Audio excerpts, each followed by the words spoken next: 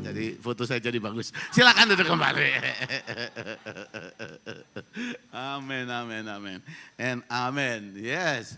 Puji Tuhan, saya senang sekali bisa hadir di sini, saudaraku. Memang saya telepon gembala saudara, Pak Yongki. Saya bilang saya mau mampir ke New York gitu ya. Dan saya teringat 2 Raja-Raja pasal 3. Di situ dikatakan waktu itu Raja Israel akan berperang, terus dia ngajak mantunya namanya Yosafat.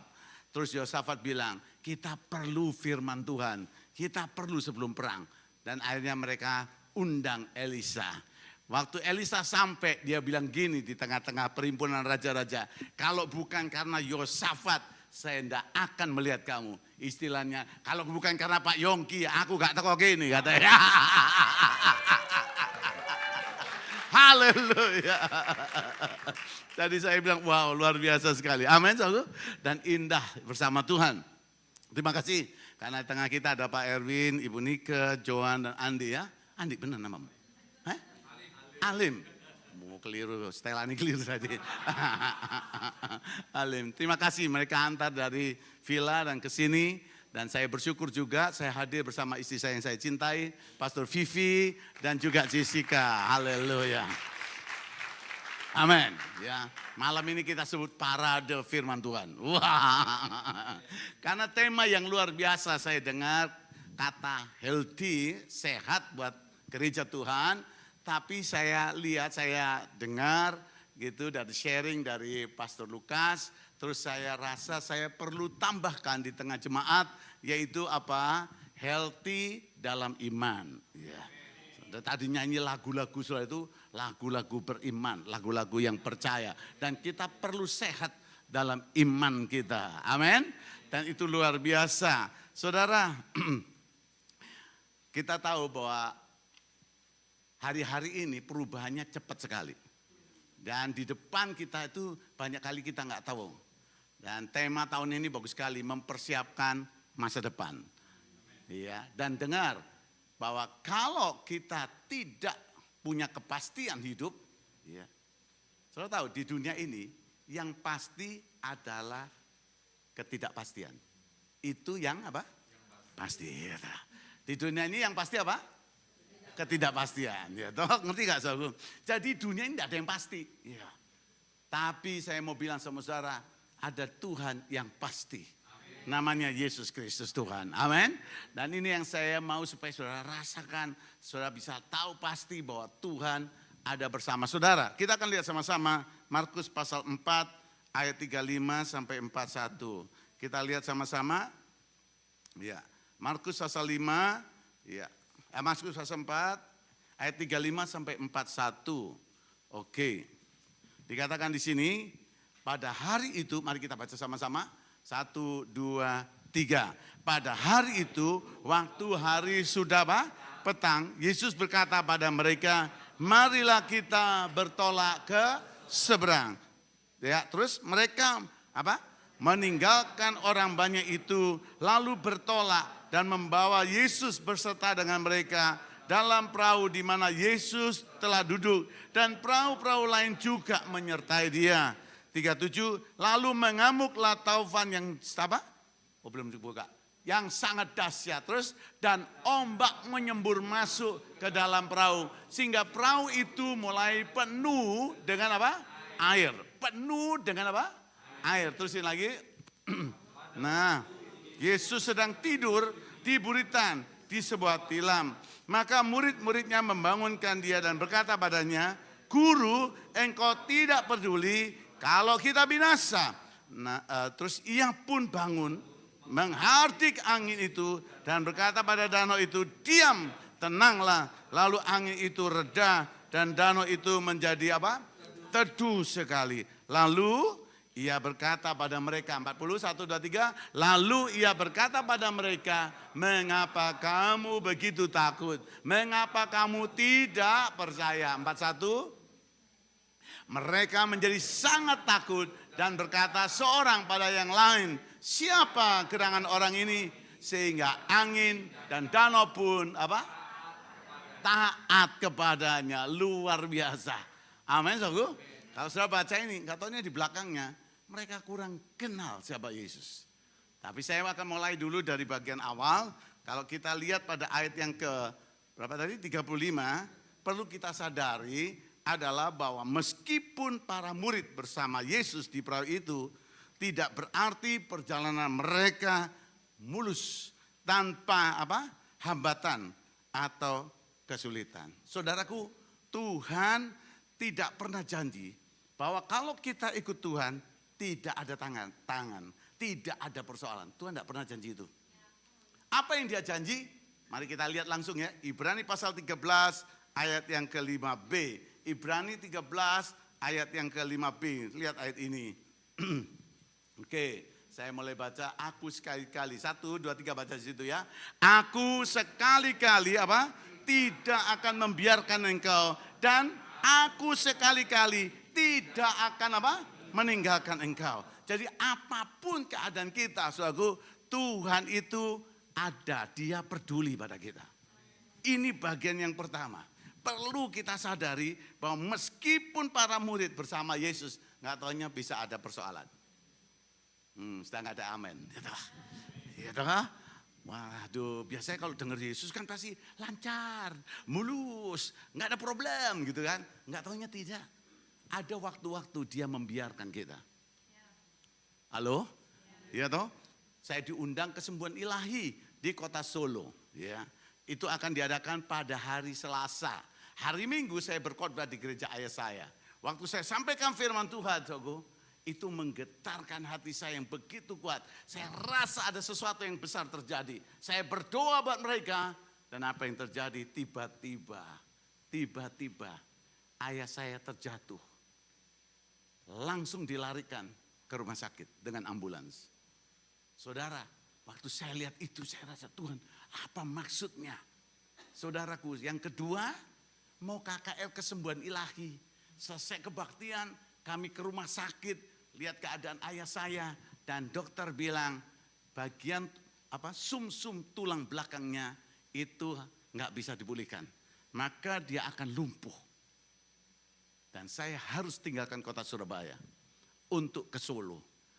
Ada orang Solo di sini? Bagus. Orang Solo itu. Haleluya. Saya senang karena saya suka ke Solo. Hampir setiap tahun sekali dulu apalagi ya. Tidur di sana, mertolulutan 33. Kesukaan saya adalah es Nini Towo. Enak tenan itu ya. Ayamnya ayam goreng Wituran ya toh. Mukanya GBI keluarga Allah. Wah, komplit ya toh. Apalagi jam-jam segini nih kalau belum makan rasanya luar biasa. Nah, saudara, sampai mana tadi? Gara-gara ayam goreng nih hilang semua. Dan waktu saya melihat waktu saya masih cukup, akhirnya saya segera pergi bukan ke Solo, tapi saya langsung ke Semarang. Dekat Semarang namanya Ungaran, ada bukit doa pertama, namanya Getsemani. Saya masuk ke sana dan saya berdoa di situ. Sebelum saya berangkat ke Solo, waktu saya berdoa, saya bilang, Tuhan, besok itu pelayanan kesembuhan ilahi. Kesembuhan ilahi kok papaku sakit. Piye toh? Gitu orang Solo kan. Piye toh? Gitu. Jengkucur menukui katanya gitu. Terus saya berdoa, Tuhan, bagaimana ini Tuhan? Iya, saya sembahyang. Waktu saya berdoa, tiba-tiba saya dilihatkan sebuah film di pandangan saya seperti layar overhead, kayak zaman dulu turun, terus filmnya jalan di situ. Filmnya adalah waktu murid-murid ada di danau. Ini ceritanya. Ya. Mereka mengalami gelombang, angin yang begitu besar. Ya. Dan apa yang terjadi? Yesus ada di situ. Dia tidur di situ. Wah. Tuhan berkata waktu itu, aku tidak pernah menjanjikan lautan yang teduh yang kau harus lalui. Yang aku janjikan, aku menyertai kamu sampai kesudahan alam. Amin. Wow. Jadi dari situ perspektif saya, pandangan saya berubah. Bahwa problem boleh ada, tapi Tuhan beserta. Haleluya. Katakan sama-sama, problem boleh ada, tapi Tuhan beserta. Oh, pakai ekspresi dong. Jangan pakai ekspresi. Sama-sama tuh bilang apa? Problem boleh ada, tetapi Tuhan beserta. Wah mantap. Amin saudaraku. Dan itu luar biasa. Itu meneguhkan iman saya. Dan Tuhan berkata, selesai waktu doa itu Tuhan bilang gini. Nanti kamu pulang. Kau harus berkata pada ayahmu. Dan ayahmu akan berjalan. Luar biasa. Langsung amin. Langsung KKR kesembuhan ilahi hari Selasa. Wow, kuasa Tuhan bekerja. Saya lupa kalau papa saya itu jatuh sakit dan lupa semuanya. Yang saya ingat Tuhan saya besar. Dan apa yang terjadi, mujizat terjadi. Orang-orang butuh pertolongan, mujizat, orang lumpuh berjalan, buta mulai melihat. Wih, saya bilang ini luar biasa sekali. Saya bilang Tuhan engkau hebat. Gitu. 3 hari Allah bekerja luar biasa. Dan akhirnya saya pulang ke Surabaya. Gitu, Selasa, Rebu, Kemis. Jumat saya pulang, Sabtu istirahat, Minggu khotbah di gereja ayah saya. Gereja ayah saya duduk di depan dengan kursi roda. Dan apa yang terjadi saudaraku? Waktu saya sampaikan firman Tuhan seperti ini, tiba-tiba waktu saya khotbah, Roh Kudus bicara, ini waktuku. Saya berhenti. Saya bilang, ada apa Tuhan? Katakan pada ayahmu, bangkit dan berjalanlah. Wow, ayah saya ini pelayanannya kesembuhan ilahi. Saya ini waktu kecil sudah mati. Bukan beberapa menit, saya tadi lupa memperbaiki waktu di villa. Pastor Lukas bilang, Pastor Victor ini pernah mati beberapa menit. Bukan, menitnya panjang jadi beberapa jam. Gitu saja. Jadi, ya, mati tenan itu maksudnya. Ya, karena nunggu ayah saya pulang. Jadi saya sudah dibersihkan, ditaruh di peti mati. Ditaruh di meja, model kayak gini. Ya, di meja, gini. Saya cuma ingatnya waktu saya keluar, yang saya tahu itu cuma kembang semua, terus banyak orang. Yang lain enggak ingat saya. Jadi saya di peti mati. Kakak saya yang di Jakarta, namanya Denny, itu kalau ketemu saya pasti ngomong gini, Vic, layani Tuhan sungguh-sungguh ya. Kenapa? Karena nyawamu itu nyawa sambungan. Aku loh yang masuk no kamu di peti mati, kue mate. Itu Jawa ngomong mati, mate. Udah mati kamu. Ya. Dan saudaraku waktu itu ayah saya berdoa dan saya dibangkitkan di dalam nama Yesus. Keluar dari peti mati, hidup sampai sekarang loh. Lewat 60 loh, hebat gak saudara? Amin. Allah kita hebat ya. Jadi memang ada problem, tapi Allah beserta. Saat itu karena ayah saya pelayanannya seperti itu. Ayah saya sudah gak tahu berapa banyak orang yang dibangkitkan lewat pelayanannya dari kematian. Saya lihat bagaimana, karena saya yang paling sering dibawa kalau KKR. Ya, saya didudukkan di podium, dia bilang ini anak saya sudah mati. Dan gaya papa saya itu gaya yang lain daripada yang lain. Sebelum dia khotbah, dia pasti demonstrasi kuasa Allah. Jadi dia tunjukkan pada kami jemaat, dudukin, terus dia bilang siapa yang percaya Yesus bisa mengalami kesembuhan. Itu ayah saya. Yang pertama dia pasti panggil adalah siapa yang buta dari bayi atau dari anak-anak. Maju ke depan. Ya. Aduh, dituntun. Ditanya, kamu buta dari kapan? Ya. Dia ngomong, aku lahirnya buta. Tanyain bapaknya, iya dia lahir buta. Dites matanya, suruh lihat, nggak bisa lihat. Ditanya, family, teman yang kenal, ada yang kenal ini? Waduh, dia bilang, kamu dari mana? Aku tetangganya. Benar dia buta? Buta. Kalau nggak percaya suruh dia turun dari tangga. Yo bengong anaknya. Buta betul saudara. Dan ayah saya langsung bilang, ada Yesus, dia bisa sembuhkan. Dia bilang, nak, itu ayah saya. Nak, lihat saya. Anak itu cuma menyarikan suara kan dia dengar. Iya toh, orang buta itu bukan tuli kan. Iya toh, haleluya itu. Ya, terus apa yang terjadi? Lihat saya, dia nyariin. Ya, katakan Yesus, Yesus, Tuhan, Tuhan. Amin, amin. Lihat, pegang hidung saya. Langsung anak itu pegang hidung ayah saya.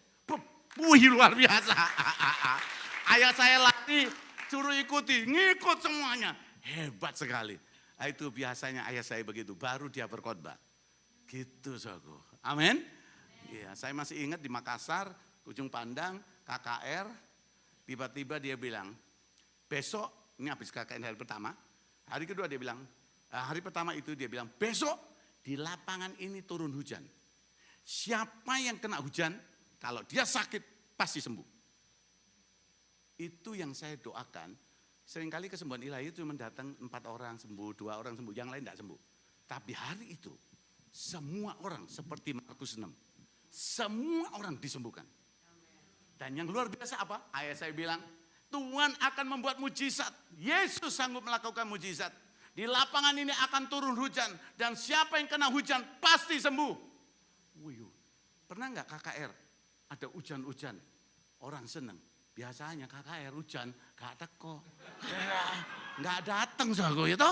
Apa yang terjadi pada hari itu sebelum jam 4, jam 3 orang sudah ramai di lapangan. Nunggu apa?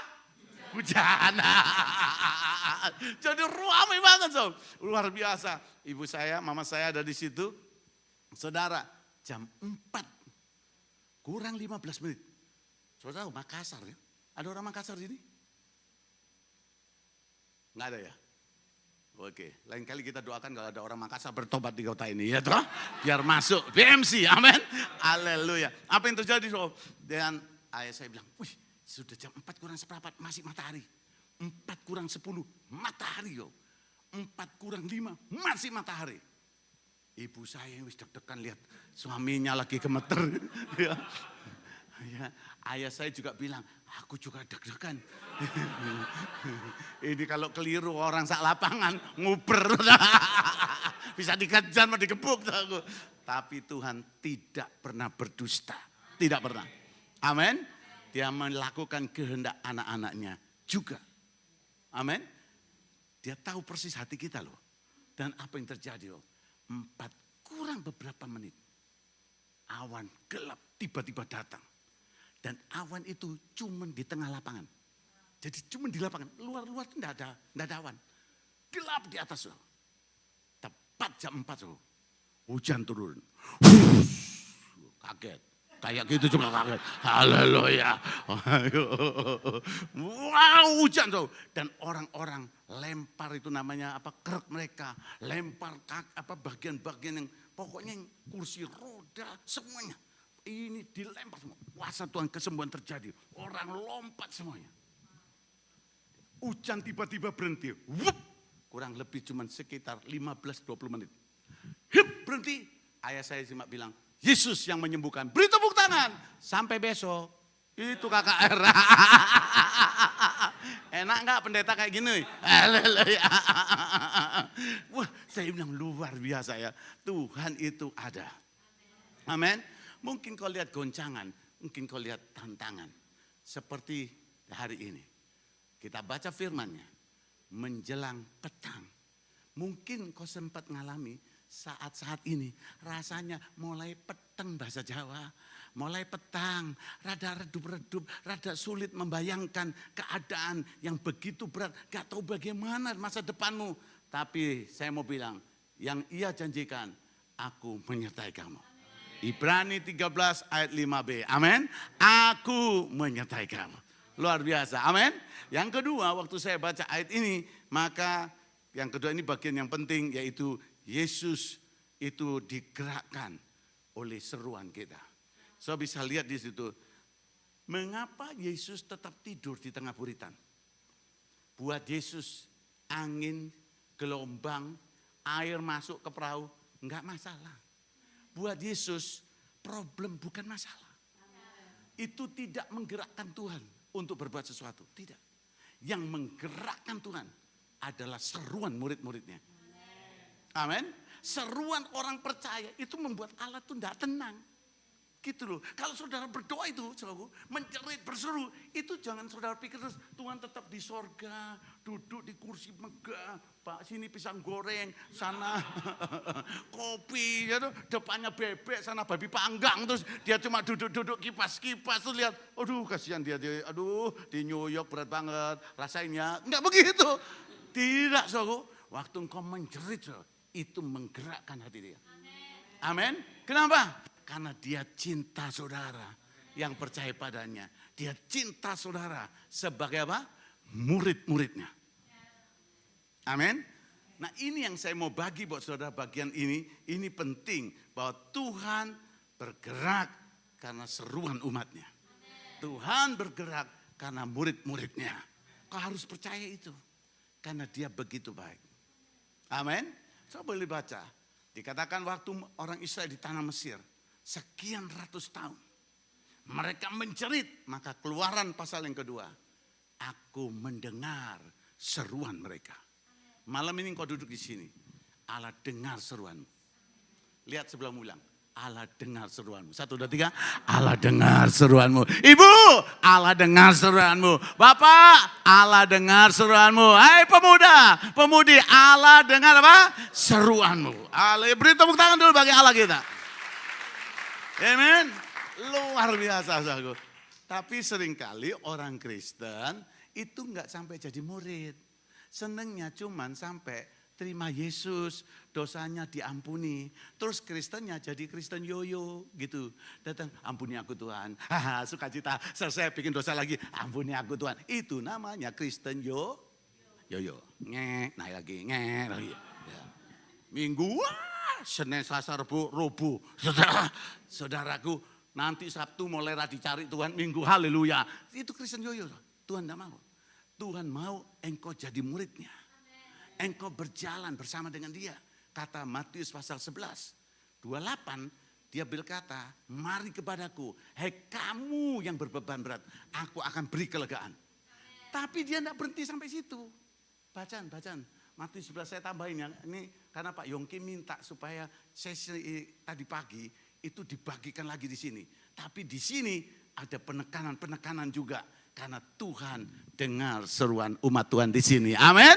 Baca Matius 11:28 berkata, 1, 2, 3, marilah kepadaku semua yang letih lesu dan beban berat. Aku akan memberi apa? Kelegaan kepadamu. Saudara, Tuhan mau engkau dan saya ini bahagia. Tuhan tidak mau saudara itu parah, terus mengalami menderita lama. Tidak, Tuhan mau engkau bahagia. Tuh enggak ada yang amin. Haleluya. Apa saudara bilang, opo iya toh yo. Ini pendeta tenenan enggak? Betulan enggak? Betul. Tuhan mau membuat engkau bahagia. Pegang sebelahmu, kasih tahu dia, Tuhan mau kamu bahagia. Bu, Bapak, Tuhan mau kamu bahagia. Amin. Yes, ini loh. Ya, dia mau memberi kelegaan kepadamu. 29, banyak yang berhenti di 28. 29-nya baca, pikulah kuk yang kupasang dan belajar padaku. Karena aku lemah lembut dan rendah hati. Dan apa? Jiwamu dapat ketenangan. Di dalam jiwa itu ada kemauan, apa? Perasaan, kehendak, apa? Perasaan dan pikiranmu. Itu bisa tenang. Kalau tenang pikirannya jadi bagus. Kalau enggak tenang gini ngawur. Gitu loh. Duit habis pusing itu ngamuk kiri kanan enggak karu-karuan. Larinya kemana? Kasino. Kasino itu bahasa Manado. Kasino, kasih terus wong Jawa. Kasih no, entek soalnya bu kasih terus. Nah, saudaraku ayat ini bilang apa? Pikulai, kuk yang kupasang. Saudara, untuk di zaman itu untuk merombak tanah itu harus ada lembu, 2 lembu, narik bajak, tahu ya bajak ya, untuk membalikkan tanah itu. Nah itu 2 lembu. Nah ini dikatakan pikulah kuk yang kupasang dan belajar padaku. Ya. Kita pikir kuknya cuma dia, coba lihat 30-nya, 30 sekalian ya, terusin. 30, yes. Gak apa-apa itu kan jaraknya jauh. Nah, sebab kuk yang kupasang itu enak dan bebanku pun ringan. Ayo, amin. Lihat ini bilang apa? Sebab kuk yang kupasang itu apa? Enak. Iya. Dan bebanku pun ringan. Siapa yang bilang ikut Tuhan itu berat? Itu enggak Alkitab ya. Kau pikul punya siapa berat? Engkau pikul punya Yesus ringan. Apa? Delicious. Enak. Haleluya. Amin. Wow, mantap ya. Haleluya. 31 terusin deh. Ya, dikatakan Pada waktu itu, pada hari Sabat, Yesus berjalan di ladang gandum karena lapar. Murid-muridnya memetik bulir gandum dan memakannya. Lihat, Tuhan tuh sayang gitu. Yang lapar siapa? Yesus. Yang makan siapa? Murid-murid, memang murid-murid nih. Haleluya. Enggak, saya terusin nanti kepanjangan. Nah, yang saya mau bilang sama Sarah, bagian ini penting kok. Yesus mau kita bahagia. Amin. Tapi Tuhan mau kau belajar. Jadi apa? Murid. Gitu. Enggak cukup hanya di 28. Mari kepadaku, hei kamu yang berbeban berat, aku akan beri kelegaan. That's it. Tidak. Pikul kuk yang kupasang. Kontek ya, atau hubungkan dengan Roma 6:22. Ini yang saya tambahkan tadi. Roma 6:22 mengatakan begini. Sama-sama kita baca. Roma 6:22, lihat. Tetapi sekarang, setelah kamu apa? Dimerdekakan dari apa? Dari dosa. Setelah kamu dimerdekakan dari dosa, terus yang jadi hamba Allah itu bukan cuma pendeta Victor, pendeta Yongki, bukan. Ini hamba Allah mestinya. Gitu, nggak cukup sampai ini dimerdekakan dari dosa. Harus sampai jadi apa? Hamba Allah. Hamba Allah itu artinya menghambakan diri kepada Tuhan. Orang yang menghambakan diri pada Tuhan itu disebut murid. Murid itu zaman dulu, saudara dulu suka nonton film kungfu ya. Beberapa saudara itu dia menghambakan diri pada gurunya. Gurunya ngajarin tak. Dia mesti ikut semuanya. Gitu. Ngerti gak saudara? Jadi murid. Nah, kita harus sampai situ. Gak cukup hanya sampai dimerdekakan dari dosa. Tapi harus jadi apa? Hamba Allah. Jadi murid. Gitu. Amin. Gitu. Hamba itu artinya dia sudah tidak punya hak. Dia cuma ikut tuannya. Gitu. Kalau tuannya bilang, sana, siap bos. Kita enggak. Ibadah hari Minggu. Yang benar, ini kan enggak mesti tiap minggu datang tuh ya. Iya toh capek loh Pak, kerja itu Bu, itu dari Senin sampai Senin itu. Orang Indonesia kan kalau kerja kan dari Senin sampai Senin itu. Haleluya. Kalau bisa 3 kali kebaktian, 3 kali kerja itu hajar terus kata gitu. Biar menuai. Gitu. Saya mau bilang sama Zara, ayat ini bilang kau harus jadi hamba. Gitu. Kau harus biasa taruh apa? Cook. Ya. Jessica bisa share sedikit tentang cook ya? Buat mereka. Silakan Jess. Dan ini parade firman Tuhan. Haleluya. Shalom semua. So I just shared actually with my cell group last week what it means to have the yoke. And the yoke. Bahasa Indonesia juga boleh. Mendingan bahasa. Inggris. Mendingan bahasa Inggris. Ada yang tidak mengerti bahasa Inggris? Mengerti semua. Oh ya, puji Tuhan. Thank you, Dad. So a yoke back in the day, what my dad already explained, two asses have to carry the yoke, but then usually it's two asses with the same height and with the same strength, so that they can parallel walk together. But in our case, in what we read in Matthew 11, verse 29, I think, or 30, in verse 30, it says, my yoke is easy and my burden is light. How come Jesus can say that? It's because as we walk together with Jesus, he carries most of the burden. Like, we're not equally carrying the burden. He's doing that for us. He's just involving us in the walk with God. Amen? So that's why he can say, my burden is light and my yoke is easy, because he's the one carrying it. We're just following along. That's what I shared. Thank you, Dad. Haleluya. Amin. Enggak. Coba Jess, kamu taruh tanganmu di belakang saya. Seperti ini. Gitu loh. Yuknya di belakang gitu ya. Kalau dia lemah, Yesus tak pernah lemah. Yeah. Dia tetap kok ini masih lemas. Dia jalan terus, Yesus kuat sekali saudaraku. Enggak usah sama dia sendiri pun kuat. Yesus itu kuat. Kalau saudara jalan sama Yesus, enggak mungkin Yesus lemah. Amen. Enggak mungkin. Saudara lemah, dia tetap kuat. Amen. Saudara rasanya udah gak kuat, dia bilang tetap kuat. Nah, aku jalan bersama kamu. Amin. Beri tepuk tangan dulu bagi Allahmu yang luar biasa. Amin. Thank you Jessica. Amin. Dan saya mau bilang sama saudara bagian ini, saudara. Makanya kita mesti jalan terus. Gitu. Jangan berhenti sampai percaya Yesus. Kalau saudara sekarang mau terima Yesus sebagai Tuhan dan Juru Selamat, itu keputusan yang benar. Kenapa? Karena tanpa Yesus hidupmu binasa. Karena Alkitab bilang tidak ada nama lain, Kisah Rasul 4 ayat 11-12. Tidak ada nama lain yang diberikan pada manusia sehingga manusia selamat. Hanya nama Yesus. Jadi kalau engkau ambil keputusan untuk terima Yesus, itu keputusan yang benar. Tapi setelah itu jangan berhenti. Belajar kepada dia. Jadi murid. Amin. Jadi apa? Murid. Haleluya. Murid itu apa? Mengikuti apa? Gurunya. Yang kedua apa? Murid itu ya orang yang apa? Dengar-dengeran. Gitu. Dia dengar apa yang diomong gurunya. Nah, 1 tambah 1 sama dengan 2. Kalau saudara 5 mesti diulang lagi supaya sampai ngerti 1 tambah 1 sama dengan berapa? 2 nak. Kamu dengar dari mana 5 nak? Gitu. Dikasih tahu gitu saudara. Terus diajar. Kau dengar firman Tuhan karena engkau murid. Dan karena engkau murid saudara. Kalau engkau berseru menggetarkan hati dia. Amin. Kita bersyukur kalau saudara ada di gereja ini, saudara bisa ikut sel, saudara bisa ikut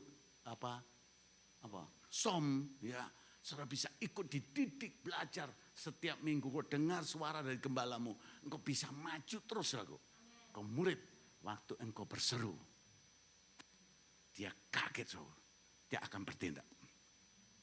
Contoh yang lain adalah kalau dia seorang gembala, tiba-tiba ada serigala masuk, domba-domba itu berisik. Itu gembala bangun. Karena dia bisa tahu ini suara yang menekan gembala atau suara-suara yang menakutkan domba. Maksudnya menakutkan domba atau menakutkan para domba itu atau membuat mereka gelisah. Gembala itu tahu persis. Maka gembala itu akan lari, mendekati dan membela. Itulah Tuhan kita, Yesus Kristus. Saya enggak peduli situasi saudara bagaimanapun. Tapi kalau engkau berseru, kalau engkau ada di situasi petang, mulai rada enggak kelihatan, iman mulai kabur, rohani mulai surut, pelayanan mulai rasa berhenti. Saya mau bilang sama saudara, dia tetap ada bersamamu. Dia tetap peduli padamu. Dan kalau engkau berseru, dia akan bertindak. Yang percaya beri tepuk tangan dulu bagi Allahmu yang luar biasa. Yang terakhir saudaraku, waktu saya baca ini, saya lihat ayat ini, dikatakan pada ayat yang ke, mana dia?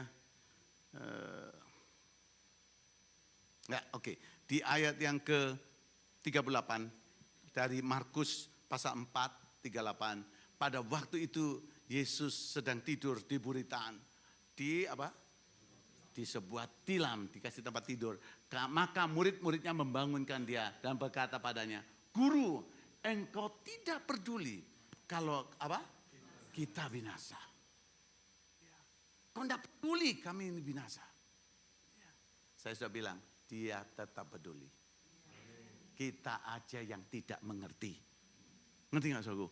Terusin. 39, ia pun bangun. Ia pun apa? Bangun. Ya. Menghardik angin itu dan berkata pada danau itu, diam, tenanglah. Lalu angin itu reda dan danau itu menjadi apa? Teduh sekali, langsung maknyus. Tenang.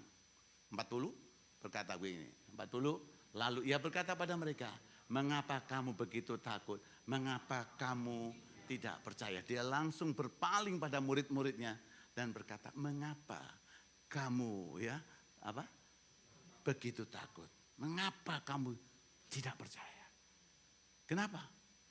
Karena Yesus ada di situ. Kalau engkau terima Yesus sebagai Tuhan, Yesus ada di perahu hidupmu, di hatimu. Amin.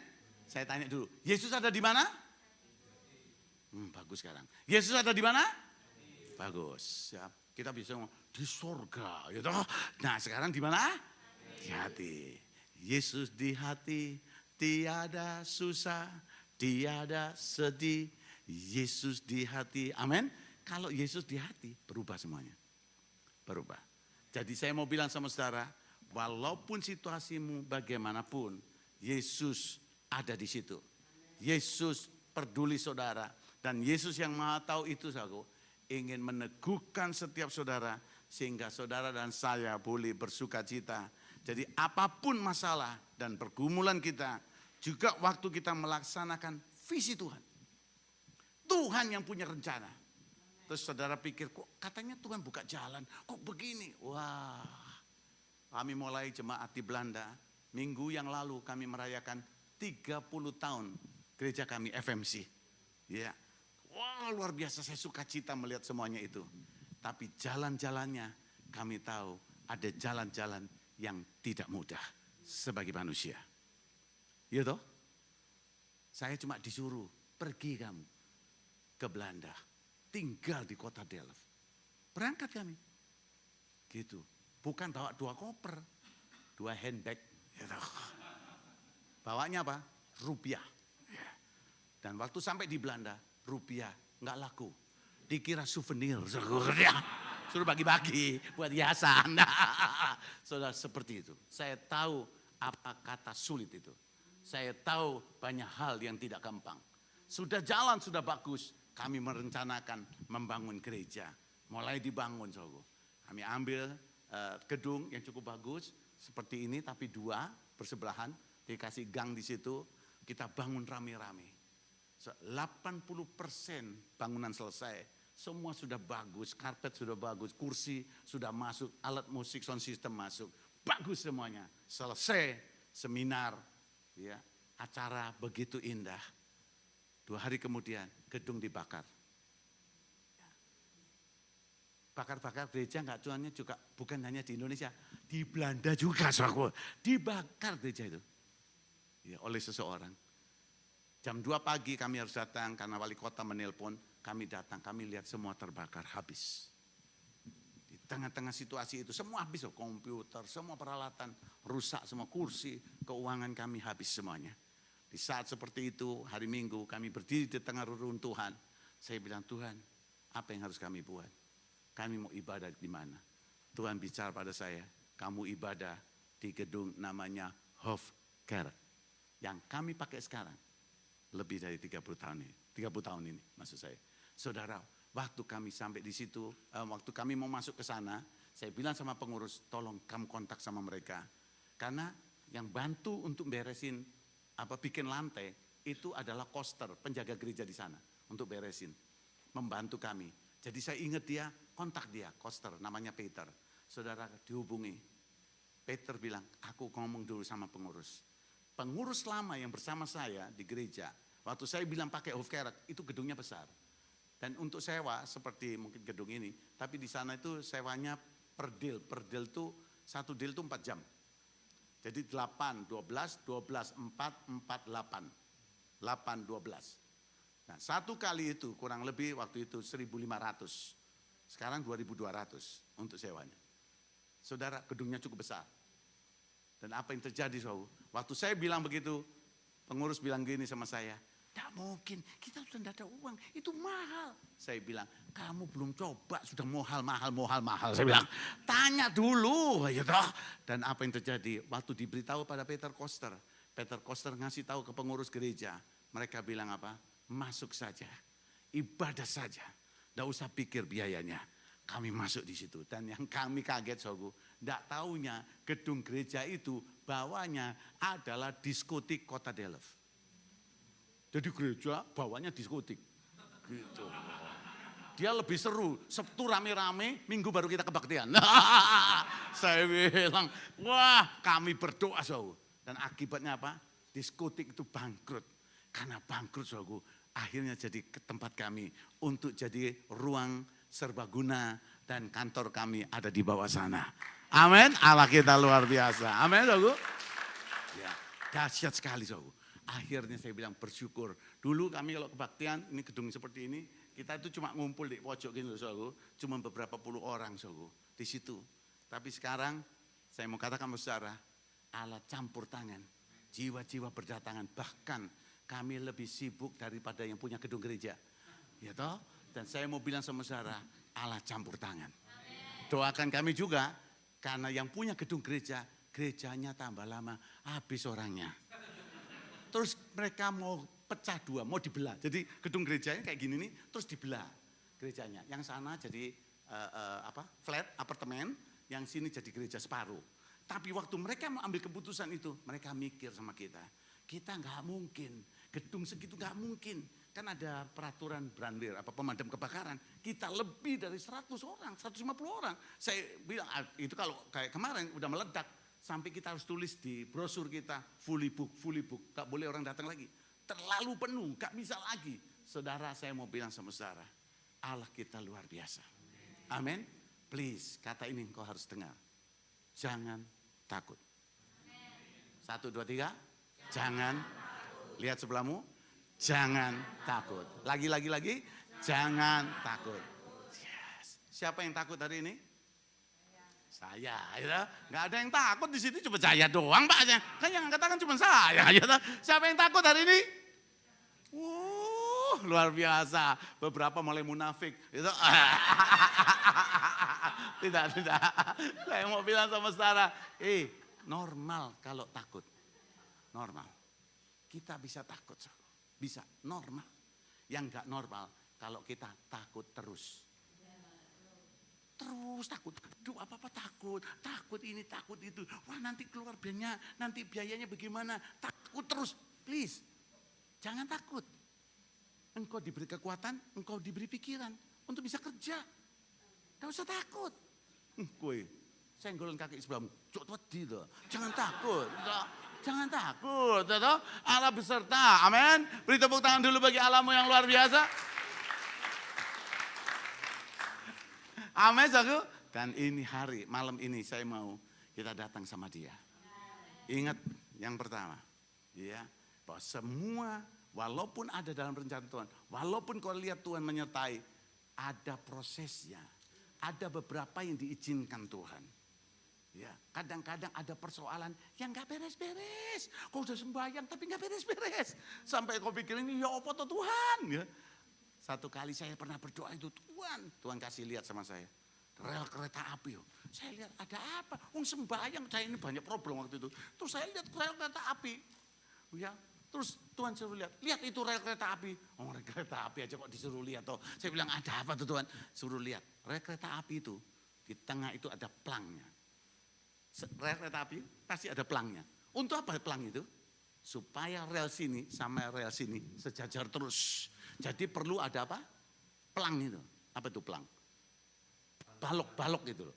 Untuk supaya rel sini sama sini sejajar. Tuhan izinkan balok-balok dalam hidupmu. Tuhan kasih lihat sama saya. Lihat terus balok itu. Balok itu sampai tujuan. Selalu ada balok itu. Supaya apa? Satu rel. Sejajar. Katakan, 1, 2, 3, amin. Supaya kita sejajar, makanya dibiarin baloknya. Gitu. Yang kedua, ya, saudara, di Jepang, orang-orang itu ambil ikan di daerah air salmon, itu di daerah air yang, berlawanan arus ya. Jadi dia harus lompat kan untuk ikan-ikan itu. Iya, apa yang terjadi? Mereka ambil ikan di situ, di bawah, untuk ke seberang lautan yang di sebelah sana. Ya, itu makan lumayan, bisa 2-3 hari. Waktu mereka nyebrang, ikan-ikan itu sampai di seberang, sebagian besar salmonnya lemes dan mati. Nelayan berpikir, kalau ikan-ikan itu mati, harganya murah sampai di darat. Yang bagus itu kalau dia masih hidup, segar. Nah, bagaimana supaya ikan salmon ini segar terus, sudah dikasih kolam, sudah dikasih makanan, kok mati? Saudara, nggak taunya mereka temui bahwa salmon itu hidup kalau dia bergerak terus. Kalau dia nggak bergerak, dia lemes, dia mati. Maka cara satu-satunya yang terbaik, dia taruh hiu kecil di dalam kolam itu. Sehingga apa? Salmon ini dikejar hiu terus. Sampai di darat, itu salmon hidup semuanya. Haleluya. Jadi tolong lihat sebelahmu dan berkata, bersyukur buat hiu-hiu kecil. Bilang. Sama-sama bersyukur buat apa? Hiu-hiu kecil. Yang sini belum. Bilang. Bersyukur buat apa? Hiu-hiu kecil. Ya toh Pak, bersyukur ya Pak ya. Hiu kecil itu baik sekali Pak untuk membangun iman kita. Amin. Ayo, amin. Ada banyak hiu-hiu kecil, dibiarin. Kok sembahyang nggak dijawab rasanya. Kenapa? Memang itu untuk engkau supaya beriman terus. Supaya engkau cari Tuhan terus. Kalau hiunya dibiarin lemes. Kristen kalau enak terus, saya mau bilang, Nina Bobo lemes. Ya toh? Kristen itu, juga lihat tantangan-tantangan di Cina. Lihat Kristen di Korea. Lihat apa yang terjadi di Indonesia masa-masa lalu. Membuat iman itu bangkit. Di Eropa, sampai mati pun ada yang kubur. Jadi tenang aja, makanya nggak cari Tuhan. Gitu. Di Amerika juga begitu. Kenapa? Terlalu gampang. Malam ini kita akan selesai jam 12 malam. Saya mau bilang sama saudara, malam ini kita mau iman kita sehat. Satu, ingat, walaupun kita sebagai orang percaya, tantangan, persoalan selalu masih ada. Yang pertama, ingat baik-baik, Tuhan hanya janji, aku menyertai. Dia tidak janji lautan yang teduh. Yang dia janji, aku menyertai. Dia biarkan hiu kecil, dia biarkan beberapa proses terjadi supaya imanmu bertumbuh. Yang kedua, dia tergerak bukan karena suasana dunia, problem, tidak. Dia tergerak karena seruan doamu. Kalau malam ini kau berseru, dia tergerak hatinya. Dia akan bertindak. Amin. Dan yang ketiga, imanmu harus berdiri atas kebenaran. Sehingga engkau tidak perlu takut. Mari kita berdoa.